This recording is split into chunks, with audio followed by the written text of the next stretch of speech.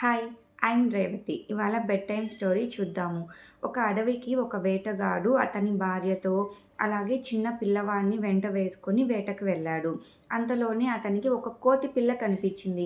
దాంతో ఆ వేటగానికి ఒక ఉపాయం తట్టింది. ఈ కోతి పిల్లను తీసుకొని ఎళ్ళేసి సంతలో అమ్మేసి డబ్బుని పోగు చేసుకుందామని అనుకున్నాడు.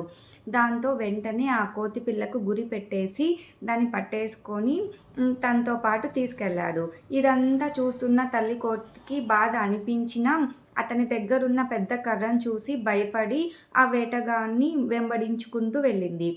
కొంచెం సేపటికి ఆ వేటగానికి అలుపొచ్చేసి ఒక చెట్టు కింద సేద తీరుద్దామని కూర్చున్నాడు.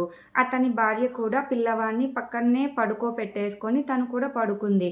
అంతలో ఆ తల్లి కోతికి ఒక ఉపాయం తట్టి అతని పిల్లవాడిని తీసుకొని చెట్టు పైకెక్కింది. ఇదంతా చూసిన ఆ వేటగాడు ఆ కోతిపైకి బాణం వేద్దామని తీసుకునేసరికి అతని భార్య మాత్రము, "అయ్యో! ఆ కోతి అక్కడి నుంచి పిల్లవాడిని పడేస్తుంది. మీరు అలా చేయవద్దని" బ్రతిమలాడుకుంది. అంతలోనే ఆ వేటగాడు, "ఓకే.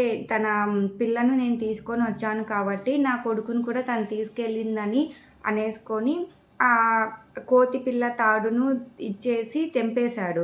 దాంతో ఆ కోతి పిల్ల కోతి దగ్గరికి వెళ్ళిపోయింది. తర్వాత ఆ కోతి కూడా అతని పిల్లవాడిని కిందికి తెచ్చేసి వాళ్ళ చేతికి అప్పజెప్పింది. ఓకే. నచ్చిందా ఈ స్టోరీ? నచ్చితే లైక్ చేయండి, షేర్ చేయండి, ఛానల్‌ని సబ్స్క్రైబ్ చేసుకోండి. Thank you.